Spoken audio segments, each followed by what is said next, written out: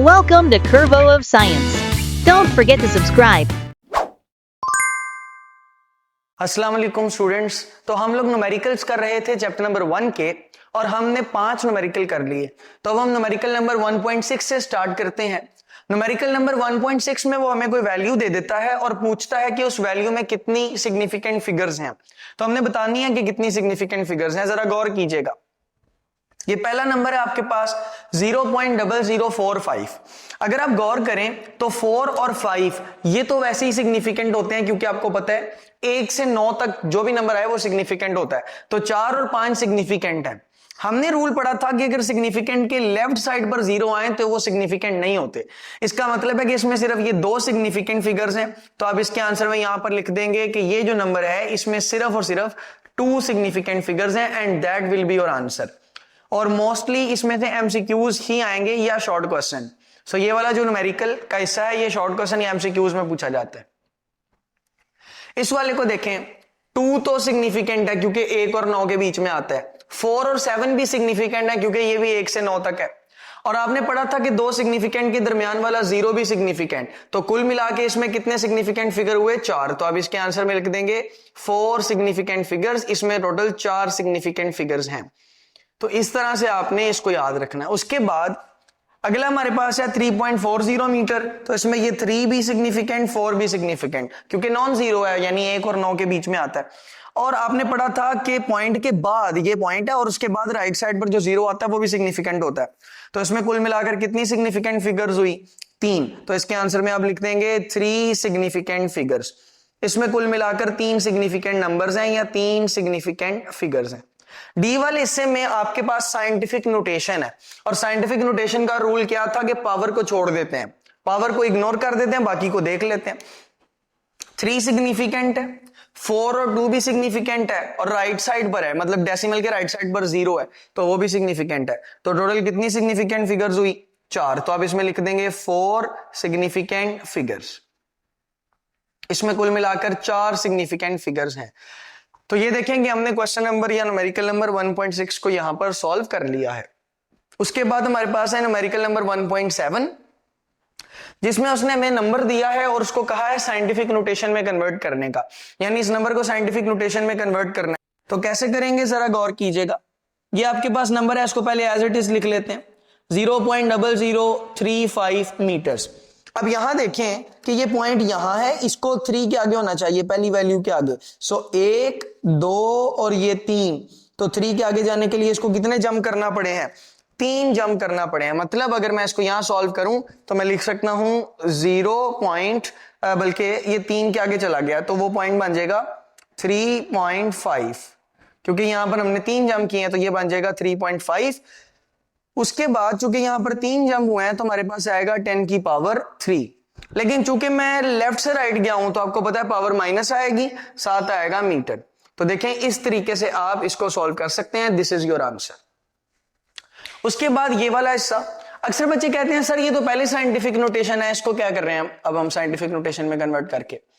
तो यहां पर गौर कीजिएगा कि एक प्रॉब्लम है। साइंटिफिक नोटेशन के लिए रूल ये होता है कि ये जो आपका पॉइंट है ये पहले डिजिट के आगे होना चाहिए, मतलब ये वाला पॉइंट 2 के आगे होना चाहिए। तो आप इसको 2 के आगे लाएंगे तो जंप करेंगे जरा 1 और 2, तो कुल मिला के 2 के आगे आने में कितने जंप किए? 2 जंप किए। तो ये बनेगा 2.064। चूंकि इसने 2 जंप किए हैं तो ये हमारे पास बनेगा 10 की पावर 2, और ये वाला 10 की power 2 metre as it is नीचे। अब यहां देखें ये 10 की पावर 2 और ये 10 की पावर 2 इकट्ठे कर दें तो 2 + 2 क्या होता है? 4। तो ये बनेगा 2.064 मल्टीप्लाई बाय 10 की power 4 metres. This is your answer बच्चे। इस तरीके से आप इसको सॉल्व कर सकते हैं। न्यूमेरिकल नंबर 1.8 में वो कहता है कि आपने यहां पर इनको सॉल्व करना है करेक्ट प्रीफिक्सेस की फॉर्म में, यानी प्रीफिक्सेस आपने इसमें यहां पर ठीक लिखनी है। तो अगर आप यहां पर देखें, पहले क्वेश्चन को मैं एज इट इज लिखता हूं, 5 मल्टीप्लाई बाय 10 की पावर 4 एंड देन हमारे पास आएगा सेंटीमीटर। अगर आप यहां गौर करें तो ये लिखा हुआ है सेंटी, सी फॉर सेंटी, यानी आपको ये बात तो याद होगी कि जो सेंटी होता है या सी होता है उसकी वैल्यू कितनी होती है? उसकी वैल्यू होती है 10 की पावर -2। तो मैं सेंटी की वैल्यू सी यानी 10 की पावर -2 लिखूंगा तो मेरे पास ये बनेगा 5 मल्टीप्लाई बाय 10 की पावर 4 और सेंटी की वैल्यू लिखूंगा तो आएगा 10 की पावर -2 मीटर्स। ये देखें, अब आपको पता है कि ये भी 10 है और ये भी 10 है, बेस सेम है तो हम इसको एक बार लिखेंगे और पावर्स को साइन के अकॉर्डिंग, तो 5 मल्टीप्लाई बाय 10 को एक बार लिखेंगे पावर को साइन के अकॉर्डिंग, मतलब 4 और -2 तो आएगा 4 - 2 और यहां पर आ जाएगा मीटर। 4 में से 2 निकालें तो आपको पता है कितने बनते हैं, 5 मल्टीप्लाई बाय 10, 4 में से 2 निकालें तो 2 मीटर। अब 10 की पावर 2 किसी प्रीफिक्स का नाम नहीं है, इसके करीब कोई प्रीफिक्स आपको याद आती है, वो है किलो। 10 की पावर 2 की बजाय अगर 10 की पावर 3 आ जाए तो किलो बन जाएगा। तो हम यहां पर पॉइंट देखते हैं, ये हमारा पॉइंट है, अगर हम इसको एक जम करवाकर पीछे ले आए तो ये 10 की पावर 2 जो है वो 3 बन जाएगा। तो हम ऐसा ही करते हैं, हम 5 को जम करवाकर पॉइंट को इधर ले आते हैं, 0.5 बन जाएगा, ये पॉइंट पीछे आ गया, और जो 10 की पावर 2 था वो बन जाएगा 10 की पावर 3, 7 आएगा मीटर। अब 10 की पावर 3 क्या होता है, किलो, तो आपके पास आ जाएगा 0.5 kilometre. That is your answer बेटा। इस तरीके से आप इस न्यूमेरिकल को सॉल्व कर सकते हैं। बी वाले न्यूमेरिकल को देखें, यहां पर आपके पास है 580 मल्टीप्लाई बाय 10 की पावर 2 ग्राम। अगर आप गौर करें तो यहां पर अगर 10 की पावर 3 आ जाए तो मैं किलो लिख सकता हूं, तो पॉइंट यहां पर है, इसको एक जम करवा दो, एक जम किया तो वो 10 की पावर 3 बन जाएगा, तो आपके पास आएगा 58.0, चूंकि एक जम करवाया तो 10 की पावर 2 की बजाय 3 बन जाएगा, 7 आ जाएगा ग्राम, और 10 की पावर 3 क्या होता है, किलो, तो ये बनेगा 58.0 kilogram, and this is your answer. इस तरीके से आप इसको सॉल्व कर सकते हैं। सी वाला और आखिरी पार्ट 1.8 का देखें, उसमें क्या कहता है, 45 मल्टीप्लाई बाय 10 की पावर -4 सेकेंड्स, इसको मैं एज इट इज लिखता हूं, 45 मल्टीप्लाई बाय 10 की पावर -4 सेकेंड्स। जहां पॉइंट नजर नहीं आता वो लास्ट पर होता है, उसको एक जम करवा के 4 के आगे ले आओ, तो ये बन जाएगा 4.5। चूंकि ये 4.5 बन चुका है तो एक जम करवाया आपने, ये बनेगा 10 की पावर 1, एक जम किया ना, तो एक जम करने से 10 की पावर 1 और बाकी 10 की पावर -4 सेकंड अलग, मतलब ये एक जम करवाने से 10 की पावर 1 आ गया और ये वाला एज इट इज नीचे आ गया। अब देखो ये भी 10 है और ये भी 10 है, बेस सेम है तो एक बार लिख दो पावर साइन के अकॉर्डिंग, तो ये आपके पास बनेगा 4.5 मल्टीप्लाई बाय 10 की पावर 1 -4 यानी पावर साइन के अकॉर्डिंग, और ये आपके पास बनेगा 4.5 मल्टीप्लाई बाय 10 की पावर -3 सेकेंड्स। अब आप सारे जानते हैं कि -3 किस प्रीफिक्स का नाम है, मिली का नाम है, मिली, सो आप यहां पर इसको मिली लिख देंगे, तो ये आपके पास बनेगा 4.5 मल्टीप्लाई बाय, बल्कि 10 की पावर -3 की जगह आ जाएगा मिली, 7 आएगा सेकंड, बेटा this is your answer 4.5 millisecond. इस तरीके से सी वाला पोर्शन सॉल्व हो जाएगा। अब हमारा इस चैप्टर का सबसे ध्यान देने वाला सबसे टेक्निकल न्यूमेरिकल आया है, that is numerical number 1.9। Numerical number 1.9 क्या कहता है, देखें जी, लेट्स से कि ये आपका प्यारा प्लेनेट है, इस प्यारे प्लेनेट का नाम हमने अर्थवा रखा है, ये हमारा प्लेनेट अर्थवा, और इससे बहुत दूर इस मकाम पर कोई स्टार है, कोई सितारा मौजूद है। आप रोशनी की रफ्तार से निकलते हैं और स्टार तक जाते हैं, रोशनी की रफ्तार से जमीन से निकलते हैं, आप एक ऐसे रॉकेट के ऊपर बैठते हैं कि वो रोशनी की रफ्तार से सफर करे, तो रोशनी की रफ्तार से आप निकलते हैं और स्टार तक जाते हैं। यानी मैं ये कह सकता हूं कि आपकी रफ्तार कितनी थी, आपकी रफ्तार थी, रफ्तार इज इक्वल टू रोशनी की रफ्तार, आपकी रफ्तार रोशनी की रफ्तार जैसी थी, यानी बिल्कुल उतनी थी जितनी रोशनी की रफ्तार होती है। कितनी होती है, रोशनी की रफ्तार होती है 3 मल्टीप्लाई बाय 10 की पावर 8 मीटर पर सेकेंड, यानी आप 3 लाख मील फी घंटे की रफ्तार से आगे की तरफ जा रहे हैं। आपकी रफ्तार कितनी है, रोशनी की रफ्तार। अब ये सितारा इतना दूर है कि आपको यहां से यहां पहुंचने में 1 पूरा साल लग जाता है, यानी अगर आप रोशनी की रफ्तार से भी जाएं, रोशनी की स्पीड से भी जाएं, तो आपको यहां से यहां पहुंचने में कितने साल लग जाते हैं, 1 साल। तो ये जो फासला कवर होगा ना 1 साल में, ये रोशनी की रफ्तार से चलने वाला रॉकेट जितना फासला कवर करेगा, उस फासले का नाम होगा light year. The name of that distance will be light year.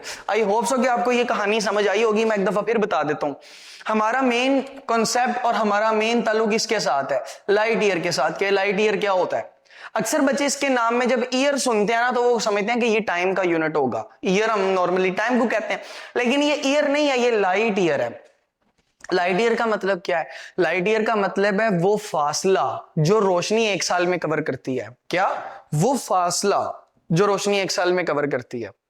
यानी समझने वाली बात यह है कि लाइट ईयर फासले का नाम होता है, डिस्टेंस का नाम होता है। तो ये बात भी आपने याद रखनी है कि फासला एक साल में रोशनी जितना कवर करती है उसको कहते हैं लाइट ईयर। अब वो पूछ ये रहा है कि ये जो फासला जो लाइट ईयर में तुम मुझे बता रहे हो, मुझे बताओ कि ये फासला जो ये जो डिस्टेंस है, ये डिस्टेंस मीटर में कितना होगा? मीटर में बताओ ये डिस्टेंस। ये वो पूछ रहा बेटा आपसे। अच्छा, अब जरा गौर कीजिएगा, अगर मैं इसकी स्टेटमेंट पढ़ता हूं आपकी किताब से तो वो क्या कहती है? स्टेटमेंट इसकी कहती है light year is a unit of distance used in astronomy. ये लाइट ईयर की डेफिनेशन भी पेपर में आती है ये। सो लाइट ईयर एस्ट्रोनॉमी में इस्तेमाल होने वाला डिस्टेंस का यूनिट है। It is the distance covered by light in 1 year. यानी एक साल में रोशनी जितना फासला तय करती है उसको लाइट ईयर कहते हैं। Taking the speed of light as 3 × 10⁸ metre पर सेकेंड, कैलकुलेट द डिस्टेंस। आपने बताना है कि कितना डिस्टेंस कवर होता है। अब यहां पर आपने बहुत तवज्जो से बातों को समझना है, प्लीज जरा फोकस कीजिएगा। देखो बेटा, हमने डिस्टेंस निकालना है। क्या निकालना है? डिस्टेंस निकालना है। डिस्टेंस के वाले से ये बात याद रखिएगा कि डिस्टेंस निकालने का फार्मूला इस चैप्टर में नहीं है, तो वो आपको याद करना पड़ेगा कि डिस्टेंस का फार्मूला होता है speed multiply by time. Chapter number 2 में ये फार्मूला पढ़ेंगे, लेकिन इस न्यूमेरिकल को सॉल्व करने के लिए फार्मूला पता होना चाहिए। सो डिस्टेंस का फार्मूला क्या है? Speed multiply by time. अब यहां गौर करें, मेरे पास स्पीड है, देखो रफ्तार, रोशनी की रफ्तार जो कि कितनी है? 3 × 10⁸ मीटर पर सेकेंड। टाइम भी है, देखो कितने साल का अरसा लगा? 1 साल का। लेकिन आपको पता है टाइम का ऐसा यूनिट ईयर नहीं है बल्कि सेकंड है। तो मुझे इस ईयर को किस में कन्वर्ट करना पड़ेगा? सेकंड में कन्वर्ट करना पड़ेगा। तो मैं पहले ईयर को सेकंड में कन्वर्ट करता हूं। सो हम लिखेंगे 1 ईयर इज इक्वल टू, मुझे बताओ एक साल में कितने दिन होते हैं? तो आप सबको पता है एक साल में 365 दिन होते हैं। There are 365 days in an year. और एक दिन में घंटे कितने होते हैं? एक दिन में 24 घंटे होते हैं। तो हम 365 को किससे मल्टीप्लाई कर देते हैं? 24 से। हमें पता लग जाएगा कि एक साल में घंटे कितने होते हैं। तो हम क्या करेंगे? हम ऐसे ही करेंगे, हम 365 को 24 से मल्टीप्लाई कर देंगे तो 8760 8760 घंटे या 8760 आवर्स होते हैं हमारे एक साल के अंदर। अब एक घंटे में मिनट कितने होते हैं? तो आप कहेंगे 8760 मल्टीप्लाई बाय 60 मिनट्स। तो बच्चों, न्यूमेरिकल नंबर 1.9 की डिस्कशन हो रही थी जिसमें हमने ये बोला कि जब रोशनी एक साल सफर करती है, यानी रोशनी लाइट की स्पीड से 3 × 10⁸ मीटर पर सेकंड से आगे की डायरेक्शन में जाती है और एक साल तक जाती रहती है, तो वो जितना फासला तय करती है उसको हमने 1 लाइट ईयर बोला था। अब हमारे पास एक साल में 365 दिन होते हैं और हर दिन में 24 घंटे होते हैं। हमने 365 को 24 से मल्टीप्लाई कर दिया ताकि टाइम को आवर्स में मालूम किया जा सके। जब हमने इन दोनों को मल्टीप्लाई किया तो टाइम आया 8760 आवर्स, यानी कि एक साल में 8760 आवर्स होते हैं। दूसरी बात यह कि एक घंटे में 60 मिनट होते हैं, तो हम 8760 आवर्स को 60 मिनट से मल्टीप्लाई कर देंगे जिससे हमारे पास टाइम 60 जो है वो मिनट्स में आ जाएगा। अब जब आप इसको मल्टीप्लाई करते हैं तो हमारे पास टाइम आता है 525600 मिनट्स। तो इतने मिनट्स होते हैं एक साल के अंदर। ये हमारे पास टाइम आ गया मिनट्स में। अब ये बात भी जानते हैं कि 525600 मिनट्स में, यानी एक मिनट में 60 सेकंड होते हैं, तो हम इसको सेकंड में करने के लिए 60 से अगेन मल्टीप्लाई कर देंगे तो आपका जो आंसर आएगा वो एक साल में 60 सेकंड, एक साल में जितने सेकंड्स हैं वो आ जाएंगे। तो यहां पर हमारे पास आया 3153600 सेकंड्स। तो यहां पर आप देखें इतने सेकंड होते हैं एक साल में। तो एक साल में कितने सेकंड्स होते हैं ये हमने मालूम कर लिया। अब हम डिस्टेंस मालूम कर सकते हैं। हमारे डिस्टेंस का क्या फार्मूला था? Speed multiply by time. बस इसी फार्मूले का इस्तेमाल करके अब हम इसको मालूम कर लेंगे। तो distance is equal to speed multiply by time. आप क्या करेंगे, यहां पर स्पीड लिखें पहले, ये देखें रोशनी की रफ्तार कितनी है, 3 मल्टीप्लाई बाय 10 की पावर 8 मीटर पर सेकेंड, तो रोशनी की रफ्तार आ जाएगी 3 multiply by 10 raise to power 8 metre पर सेकेंड। इसको टाइम से मल्टीप्लाई करना है और टाइम देखें हमारे पास कितना है, 3153600 सेकेंड्स। ये बेटा हमारे पास टाइम आ गया। अब इन दोनों को मल्टीप्लाई कर देंगे तो हमारे पास आंसर आ जाएगा, तो हम इनको कैलकुलेटर में मल्टीप्लाई कर लेते हैं और फिर हम देखेंगे कि हमारा आंसर क्या आता है। और जो हमारा आंसर आएगा वो हमारा डिस्टेंस होगा। सो हमने करना क्या है, वो you have to multiply 3 multiply by 10 की पावर 8, इसको हमने मल्टीप्लाई कर देना है इस नंबर के साथ, दैट इज 31 536 एंड 000। तो हमारा जो आंसर आता है वो आता है 9.46 मल्टीप्लाई बाय 10 की पावर 15 मीटर्स। इतना डिस्टेंस रोशनी एक साल में कवर करती है, यानी एक साल में रोशनी 9.46 मल्टीप्लाई 10 की पावर 15 मीटर्स का फासला कवर करती है। ये हमारा न्यूमेरिकल नंबर 1.9 था जो कि यहां पर एंड हुआ। अब हमारा आखिरी न्यूमेरिकल है इस चैप्टर का, दैट इज न्यूमेरिकल नंबर 1.10। और इस न्यूमेरिकल में आपको एग्जामिनर या बुक वाला टेक्स्ट बुक आपकी क्या कहती है उसको डिस्कस करते हैं। तो इस न्यूमेरिकल में आपकी टेक्स्ट बुक आपको कहती है, so the numerical says express the density of mercury given as 13.6 ग्राम पर सेंटीमीटर क्यूब in किलोग्राम पर मीटर क्यूब। यानी कि आपने 13.6 ग्राम पर सेंटीमीटर क्यूब को किलोग्राम पर मीटर क्यूब में करना है। तो इस न्यूमेरिकल को सॉल्व करते हैं। The numerical is numerical 1.10। आपको मरकरी की डेंसिटी दी गई है। डेंसिटी कितनी दी गई है? दी गई है जी 13.6 ग्राम पर सेंटीमीटर क्यूब। आपने इसका यूनिट चेंज करना है और बताना है कि ये किलोग्राम पर मीटर क्यूब में कितनी होगी। अब यहां कुछ बातें जरा ध्यान से सुन लें। पहली बात, ये सेंटी यहां पर है लेकिन यहां नहीं है, मतलब आपने सेंटी को हटाना है, यहां से सेंटी को खत्म करना है। दूसरी चीज, यहां पर किलो आ गया है, यहां पर किलो नहीं है, मतलब यहां पर किलो भी लाना है आपने। अब ये बातें स्टेप बाय स्टेप करते हैं, आपने सिर्फ ध्यान देना है। 13.6 ग्राम पर सेंटीमीटर क्यूब। पहली बात, क्या यहां किलो है? नहीं, लेकिन मुझे अपने आंसर में किलो चाहिए, तो किलो कैसे लाऊंगा? मैं किलो की वैल्यू से मल्टीप्लाई भी कर दूंगा और डिवाइड भी कर दूंगा। तो किलो की वैल्यू कितनी होती है? 10 की पावर 3 होती है ना, तो मैं करूंगा multiply and divide by kilo. Kilo से मल्टीप्लाई भी कर दूंगा और डिवाइड भी कर दूंगा। सो हमारे पास इस जगह पर आएगा 13.6, किलो से मल्टीप्लाई भी कर दिया तो ऊपर आएगा मल्टीप्लाई बाय किलो, और किलो से डिवाइड भी कर दिया तो डिवाइड में क्या आ जाएगा? Divide by kilo. बाकी जो चीजें हैं उनको एज इट इज लिख दें, ग्राम पर सेंटीमीटर क्यूब। अब यहां देखें, ये वाला किलो तो मुझे चाहिए ना, क्योंकि हमारे देखो आंसर में किलो है इस जगह पर, तो इसको मैं के लिख देता हूं। तो मैं लिखूंगा 13.6 डिवाइड बाय, इस किलो की वैल्यू लिख दें। ये किलो कितना होगा? 10 की पावर 3।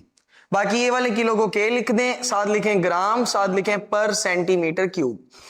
अब आंसर में देखें कि किलो था तो हमारे आंसर में किलो आ गया, लेकिन यहां मीटर क्यूब है जबकि यहां सेंटी है, तो इस सेंटी को खत्म करना है अब हमने। अब सेंटी को कैसे खत्म करना है ये भी जरा ध्यान से समझने वाली बात है। आप लिखेंगे 13.6 डिवाइड बाय 10 की पावर 3। अगली बात, आप लिखेंगे किलोग्राम। अब ये है सेंटीमीटर क्यूब पर सेंटीमीटर क्यूब, यानी सेंटीमीटर की पावर है -3। यहां बात समझनी है आपने, यहां ये जो -3 वाली पावर है ना, ये मीटर की भी है और सेंटी की भी है। ये पावर दोनों की होती है, ये असूल याद रखना।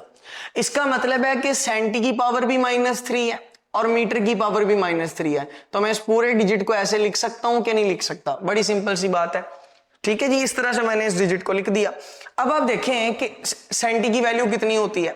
सेंटी की वैल्यू होती है 10 की पावर -2 और उसकी पावर है -3 और साथ है m की पावर -3। 2 3 6 और माइनस माइनस प्लस होता है, तो आपके पास आ जाएगा 10 की पावर 6 मीटर क्यूब। ये अब देखें कि पर सेंटीमीटर क्यूब की वैल्यू ये आती है 10 की पावर 6 पर मीटर क्यूब, यहां -3 आएगा। सो यहां पर अब आप बातों को समझें कि यहां पर ये जो सेंटी है इसकी जगह मैं लिख दूंगा 10 की पावर -2। इस सेंटी की जगह मैंने ये लिख दिया, लेकिन आपको पता है इसकी पावर -3 आएगी, तो मैं यहां पर इसकी पावर लिख देता हूं -3 और साथ लिख लेता हूं मीटर की पावर भी -3। -2 इंटू -3 आपके पास बन जाएगा 6 सो अगर आप इसको मजीद आगे सॉल्व करते हैं तो आपके पास क्या बनेगा 13.6 डिवाइड बाय 10 की पावर 3 और ये 2 3 जा 6 हो जाएगा तो ये आ जाएगा मल्टीप्लाई बाय 10 की पावर 6 साथ आ जाएगा किलोग्राम पर मीटर क्यूब। देखें भाई जो यूनिट हमें चाहिए था वो यूनिट आ चुका है, किलोग्राम पर मीटर क्यूब में करना था ना वो आ चुका है। बस अब इसको सॉल्व कर लें तो ये देखें कि ये 10 की पावर 3 है, जब आप इसको कैंसिल करेंगे तो ऊपर 10 की पावर 3 रह जाएगी क्योंकि 3 10 हैं और ऊपर 6 10 हैं, तो 3 10 और 6 10 कैंसिल करेंगे तो 3 10 बच जाएंगे आपके पास।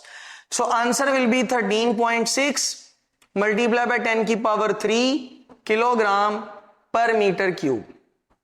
अब आप देखें कि पॉइंट यहां पर है, आपको पता है कि पहले डिजिट के आगे होना चाहिए तो आप इसको 1.36 लिखेंगे, इट विल बिकम 1.36 और आपको पता है इधर एक जमा हो जाएगा तो 10 की पावर 3 की बजाय ये बन जाएगा 10 की पावर 4 साथ आएगा किलोग्राम पर metre cube. And this is बच्चों योर आंसर। इस तरीके से आप इसको सॉल्व कर सकते हैं। सो ये देखें कि ये हमारा न्यूमेरिकल नंबर 1.10 था। हमारे सारे न्यूमेरिकल्स कंप्लीट हो गए 2 लेक्चर की सीरीज में। आपको कोई भी प्रॉब्लम हो तो आप कमेंट सेक्शन में पूछ सकते हैं। बहुत शुक्रिया, अल्लाह हाफिज। Thanks for watching. Subscribe to our channel. And don't forget to like and share.